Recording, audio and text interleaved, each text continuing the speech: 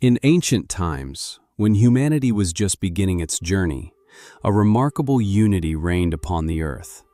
All people spoke one language, their thoughts were in harmony, and their goals were shared. No barriers divided them, the world resonated as one. Inspired by this unity, they lifted their eyes to the heavens, yearning to reach unimaginable heights. From fire and clay, with unprecedented skill, they fashioned bricks stronger than natural stone.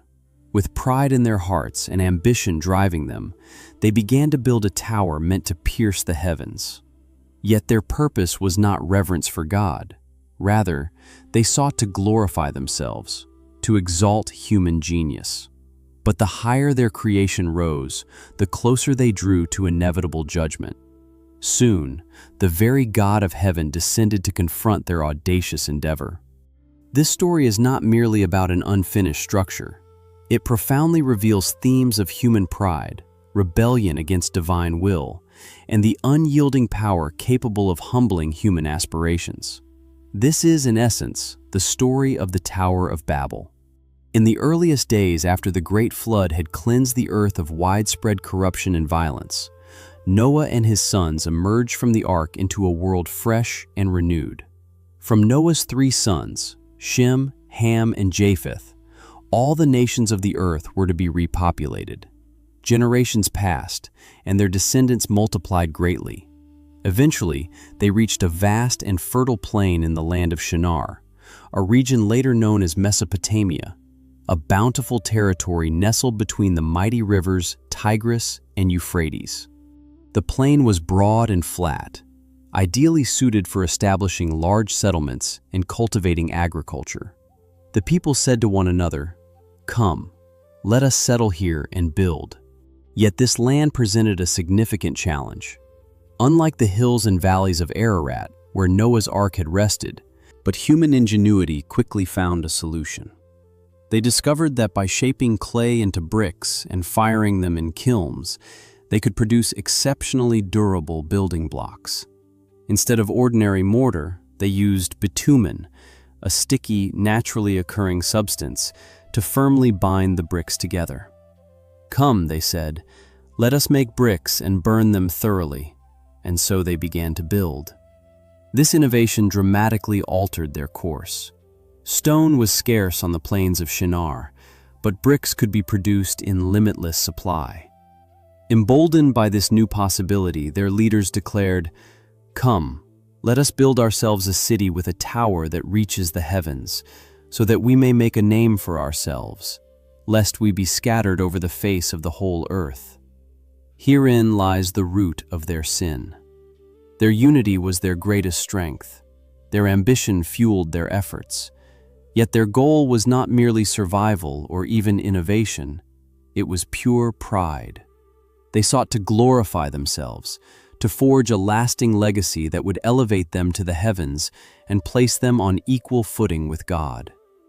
They feared dispersion. Though God himself had commanded humanity to fill the earth, in direct disobedience, they sought security, greatness, and identity apart from him. This was humanity's first great collective act of rebellion after the flood. Where once sin had been individual, Cain against Abel, the wickedness of Noah's generation, now all humankind united in defiance against God. The city and its tower symbolized far more than mere buildings. They were monuments to human arrogance, an attempt to dethrone God and enthrone humanity as supreme. Day by day, the people labored together. Bricks were laid with care, bitumen applied meticulously. Walls rose with astonishing speed. The tower began to take shape, higher and higher, tier upon tier, like a majestic mountain forged by human hands. Streets were laid out with mathematical precision. Houses sprang up, markets buzzed with trade. It became a hub of industry, the epicenter of human ambition.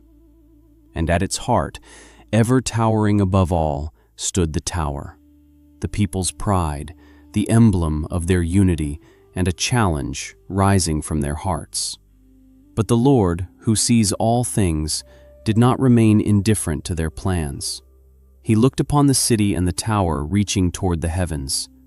Scripture tells us, "And the Lord came down to see the city and the tower that the children of man had built." This statement is deeply ironic. The people believed they were constructing a tower so tall it would reach the heavens. Yet the Lord still had to come down to see it. In other words, even their greatest efforts and loftiest ambitions remained insignificant before His majesty.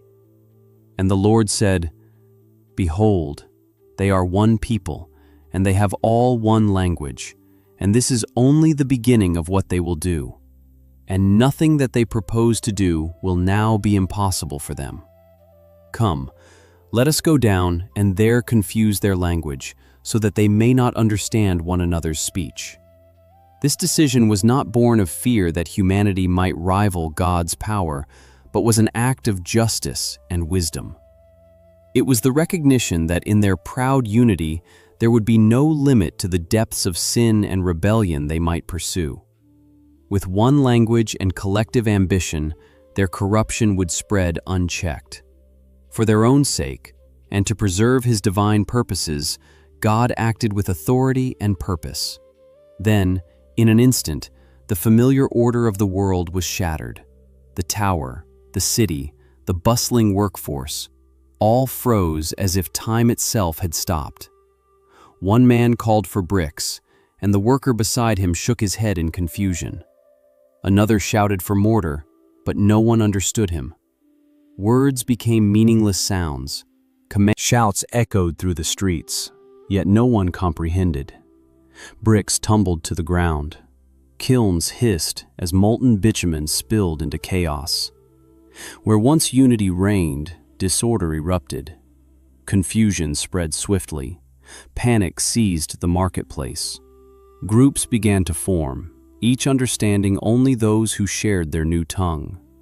Misunderstanding turned to frustration, and frustration to anger. Friends turned against one another, stunned by the sudden breakdown of communication. The tower, once soaring skyward, stood unfinished. And so the people scattered, their ability to communicate lost, families and clans fractured. Some journeyed north, others south, east, or west. They settled the plains, established homes in the mountains, reached coastlines and islands. Each group carried its own language and unique identity. The city was abandoned, its tower left incomplete, a broken monument to human pride.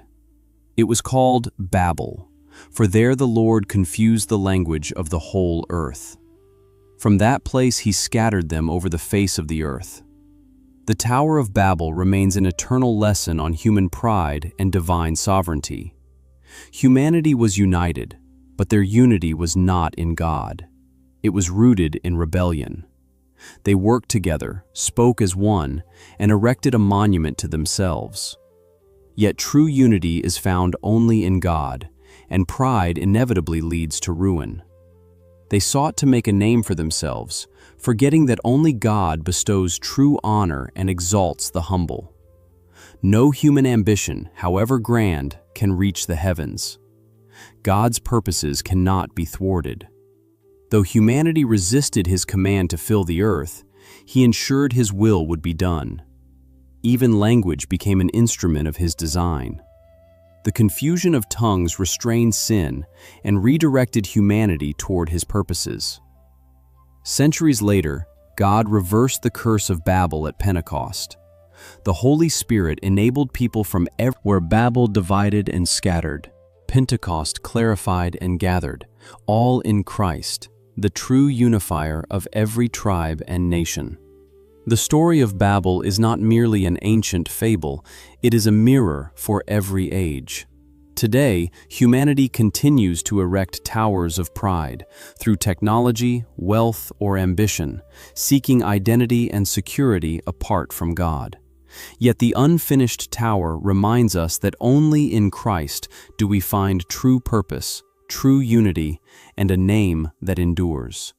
Without Him, we achieve nothing of eternal worth.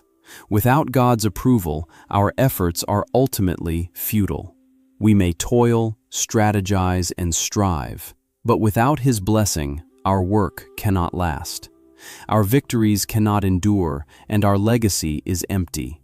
But with Him, even the smallest effort is multiplied, directed, and bears fruit according to His will.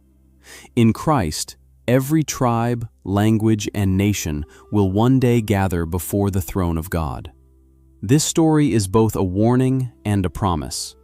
Pride may rise, but God reigns. Confusion may come, but God brings clarity. Scattering may occur, but God gathers. His sovereignty endures, His purposes prevail, and His redemptive power offers hope to all who turn to Him. In every plan, every ambition, every step we take, we need Him, His guidance, His blessing, His approval, for anything of lasting value. Apart from God, we can do nothing. With God, all things are possible.